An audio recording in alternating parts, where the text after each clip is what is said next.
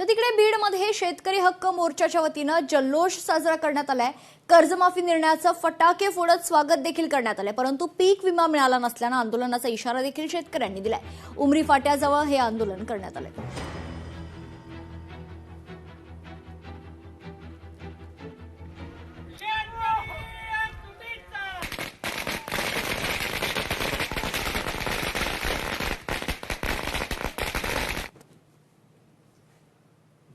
शेतकऱ्याला कर्जमाफी दिली। या कर्जमाफीच्या निर्णयाचं शेतकरी हक्क मोर्चाच्या वतीने स्वागत करण्यात येत आहे आणि शेतकऱ्याला दिलेल्या कर्जमाफीचं या ठिकाणी शेतकऱ्यांनी फटाके फोडून स्वागत केलेलं आहे। या शेतकरी आंदोलनामध्ये मुख्यमंत्र्यांनी शेतकऱ्याच्या मागण्या मान्य केल्याबद्दल मुख्यमंत्री देवेंद्रजी फडणवीस यांचं शेतकऱ्याच्या वतीने निर्णयाचं स्वागत करण्यात येतं। पुण्यात पुढच्या आणखी एक महत्त्वाच्या बातमीकडे। ठाणे घोडबंदर रोडवर वाहतुकीत मोठे बदल करण्यात आलेत। महानगरपालिकेकडून खड्डे भरण्याच्या कामामुळे बदल केल्याची माहिती आहे, तर रविवारी रात्री 12 वाजेपर्यंत हे काम सुरू राहणार।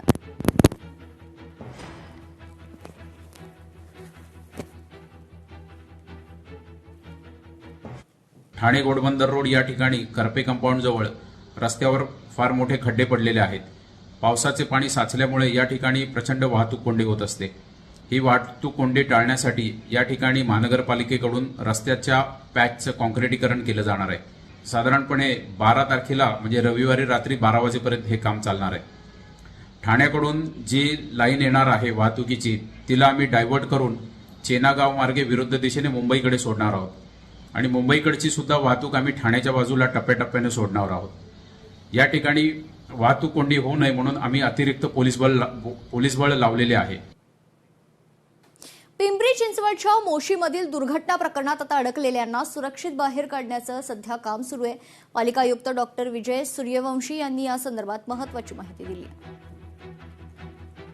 डिमॉलिशनचे एक्सकॅव्हेटर मशीन्स आहेत आणि ते जो स्लॅब आहे इमारतीचा की ज्याच्यामधून आपल्याला आता NDRFना प्रवेश करायचा आहे, तो स्लॅब तोडण्यासाठी तो मशीन आहे आणि ते आता जवळजवळ वरचा जो मजला आहे त्याचा स्लॅब आता तोडून झाला आहे।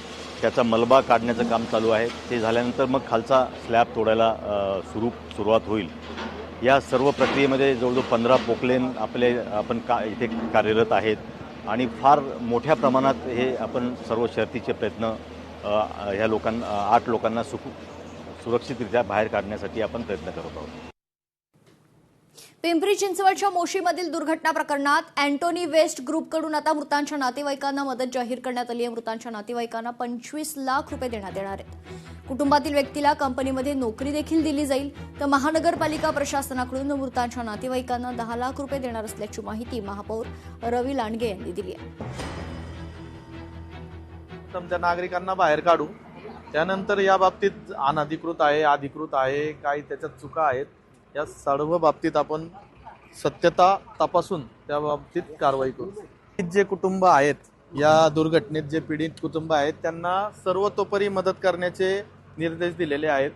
त्यामध्ये पालिका प्रशासन प्रत्येकही मृत व्यक्तीला 10 लाख रुपये, त्यानंतर ज्या अँटोनी ठेकेदाराचे हे कर्मचारी आहेत ते अँटोनी त्यांनी जाहीर केले की ते 25 लाख रुपये देणार आहेत। सर्व मृत व्यक्ती त्या घरातील विद्यार्थ्यांना शिक्षण देणार आहेत, शिक्षणाचा सर्व खर्च करणार आहे।